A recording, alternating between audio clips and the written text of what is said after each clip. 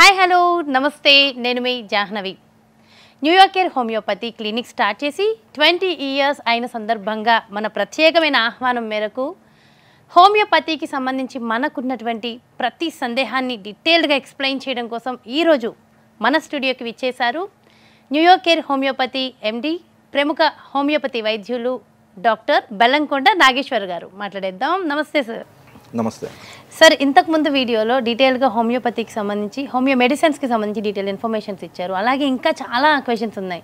అయితే ఇది వర్షాకాలం కదా, సో సీజనల్ వైజ్ కూడా మనం మెడిసిన్స్ హోమియోపతిలో ఉంటాయంటారా? ఇప్పుడు మనకు వర్షాకాలం అంటే మెయిన్ కామన్ కోల్డ్, జలుబు, దగ్గు, వీటికి ఎస్పెషల్లీ చిన్నపిల్లలకండి. వాళ్ళకి ఏంటంటే వస్తే ఇమ్యూనిటీ తక్కువ ఉంటుంది కాబట్టి వాళ్ళకు ప్రాబ్లం వస్తుంది. ప్లస్ కొంతమందికి ఒకసారి చిన్న కోల్డ్ స్టార్ట్ అయ్యి తర్వాత కాఫ్ స్టార్ట్ అయ్యి తర్వాత ఫీవర్, దాని ద్వారా వాళ్ళు ఏంటంటే సార్ మేము ఎవ్రీ 15 డేస్కు రికరెంట్ ఇన్ఫెక్షన్ వస్తుంది, సిక్ అయిపోతున్నారు, హాస్పిటల్కి వెళ్ళాల్సి వస్తుంది, మళ్ళీ వాళ్ళు బ్లడ్ టెస్ట్లు అంటున్నారు, వీటికి అయిపోతుంది వాళ్ళు.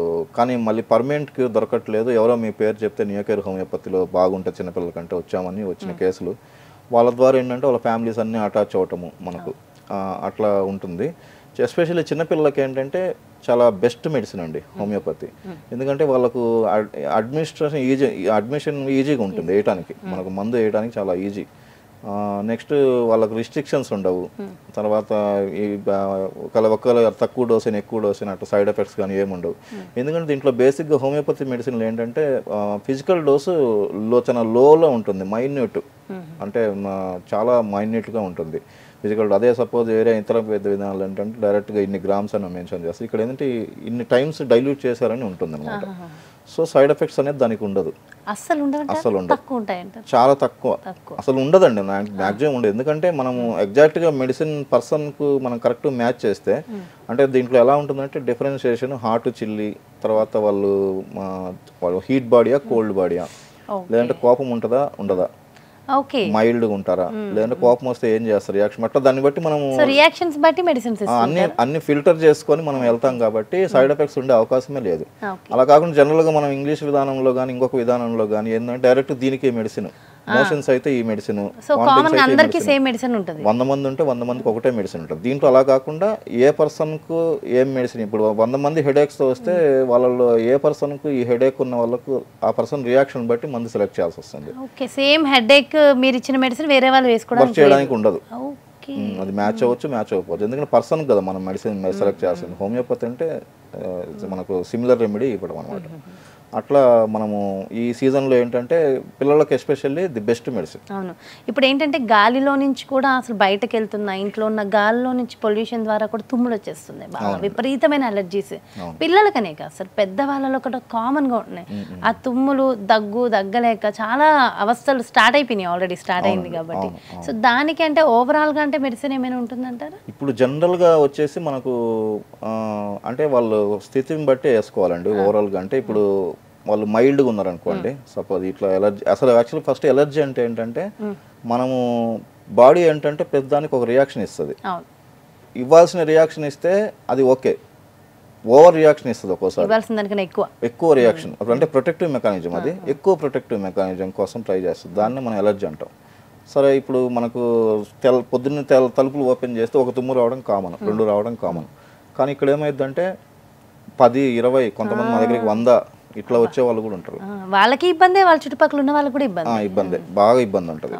ఈవెన్ కొంతమంది హయ్యర్ ప్రొఫెషనల్స్, పెద్ద పెద్ద మూవీ డైరెక్టర్స్, వాళ్ళందరికీ కూడా ఎలర్జీస్ ఉండి మా దగ్గరకు వస్తుంటారు.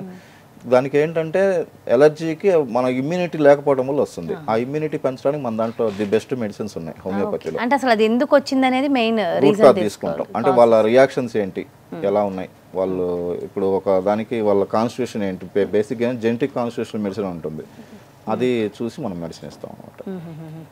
అది సపోజ్ ఇప్పుడున్న సీజన్లో అయితే వర్షాకాలం అంటే ఎక్కువ డల్కమర్ అనే మెడిసిన్ బాగా పనిచేస్తుంది, నాట్రన్ సల్ఫ్, తర్వాత ఏలియన్ సెపా, ఎకోనైటివ్, బ్రయోనియా, ఇట్లాంటి చాలా మెడిసిన్స్ ఉన్నాయి.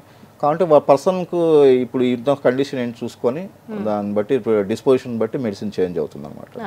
సో ఒక్కొక్క ఎలర్జీకి ఒక్కొక్క మెడిసిన్ ఉంటుంది, పర్సన్ బట్టి ఉంటుందండి. ఎలర్జీకి మందని కాదు, పర్సన్ బట్టి మనం మెడిసిన్ సెలెక్ట్ చేస్తే ఆ పర్సన్లో ఉన్నటువంటి ఆ సెన్సిటివిటీ పోయి మనకు మళ్ళీ ఇమ్యూనిటీ డెవలప్ అయ్యి వాళ్ళు ఏదైతే పడదో లేకుంటే పడదు అనే మాటకు ప్రపంచంలో ఏది పడకపోయినా మన దగ్గర మాత్రం మందు ఉంటుంది. ఆ ఏది పడదు, నాకు పెరుగు పడదు, లేదంటే ఇంకోటి పడదు, ఫిష్ పడదు అన్నట్టు వాటికి మనం ఎస్పెషల్లీ మన నియోకేర్ హోమియోపతిలో 100% మెడిసిన్ ఉంది. ఆ మెడిసిన్ ఇచ్చిన తర్వాత మళ్ళీ మీరు పడదు మేమే థర్డ్ డేనే స్టార్ట్ చేయమని చెప్తాం. మీరే దగ్గర ఉండి అంటే పెరుగు తినమని అన్ని పెరుగు పడదంటే పెరుగు తినే నాకు చెప్పమ్మా అంటాం. అంతే 100% ఉంది ట్రీట్మెంట్. ఎందుకంటే పొలెన్ ఎలర్జీ కానీ, డస్ట్ ఎలర్జీ కానీ, కొంతమంది పెట్స్ పెంచేటప్పుడు ఆ ఎలర్జీ ఉంటుంది, దానివల్ల రావచ్చు. ఎనీ ఎలర్జీ, ఫుడ్ ఎలర్జీ కానీ, ఇప్పుడు కొంతమందికి ఏదైనా పీనట్స్ కానీ అలా తింటే మొత్తం ఒళ్ళంతా వచ్చేస్తుంది, పీనట్ ఎనర్జీ అంటుంది. దాన్ని బాడీ మొత్తం మనకు ఇదవుతుంది, స్వెల్లింగ్ వస్తుంది. ఆ కేసులో మేము మా ఎదురుగానే కూర్చోబెట్టి తినిపించాం. విత్ ఇన్ ఆఫ్టర్ 15 days మంచిగా క్యూర్ అయింది. ఇప్పటికి కూడా బ్రహ్మాండంగా అన్ని తింటూనే ఉన్నారు. అంటే ఇప్పుడు చిన్న కోల్డ్స్ కి, కాఫ్ కి వీటికి కూడా ఇమీడియట్ మెడిసిన్స్ ఉంటాయండి. మామూలుగా మన ఇంగ్లీష్ మెడిసిన్ అయితే కోల్డ్ రాగానే ఒకటి, కాఫ్ రాగానే ఒక సిరప్ వేసేసుకుంటాం, ఇమీడియట్ గా తగ్గుద్ది. మరి హోమియోపతిలో తగ్గుతుందని గ్యారెంటీ కూడా చాలా ఇమీడియట్ తగ్గుద్దండి.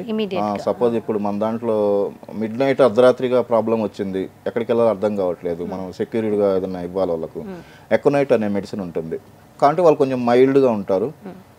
వాళ్ళకి ఏంటంటే పర్లేదులేమ్మా, ఏం కాదులే, తగ్గిపోద్దులే అని చెప్పాల్సిన ఊరట ఇవ్వాల్సిన వాళ్ళకు ఈ మెడిసిన్ పనిచేస్తుంది, ఎకోనైట్ అనే మెడిసిన్. అదే మనకు ఒక రకంగా 108 అంబులెన్స్ సర్వీస్ లాగా చేస్తుంది. ఈవెన్ రియల్ హార్ట్ అటాక్ ఉన్నా కూడా ఆ టైంలో మనం ఆ మందు వేస్తే హార్ట్ అటాక్ కూడా కంట్రోల్ అవుతుంది, ఎకోనైట్ అనే మెడిసిన్. అందుకే ప్రతి ఇంట్లో పెట్టుకోవాల్సిన మెడిసిన్ ఎకోనైట్. ఒక ఈజీగా కూడా మనకి దొరుకుతాయంటారు బయట మార్కెట్లో, మీ నుంచి మనకు హోమియో స్టోర్స్ దొరుకుతాయండి. కాకుంటే మనం తెలిసిన డాక్టర్ దగ్గరికి వెళ్ళి కన్సల్ట్ చేసుకొని వాడితే ఎప్పుడైనా సేఫ్టీ కదా, అది సేఫ్ సైడ్ ఉంటుంది అనమాట. దాంట్లో అంటే ఏజ్ బట్టి పవర్ దిబ్బటము సెలెక్ట్ చేయడం డాక్టరే మనకు అనుభవం ఉన్న ఏదో ఒక మెడిసిన్ వేసుకోవడం వేరు, మనకి సూట్ అయ్యే మెడిసిన్ వేసుకోవడం. జనరల్ గా ఏంటంటే వేసుకోవచ్చు అండి, 200 పవర్ లో దొరుకుతుంది, ఎకోనైట్ 200 అని పవర్ లో, దాన్ని మనం వాడుకోవచ్చు, ఇబ్బంది ఏం లేదు.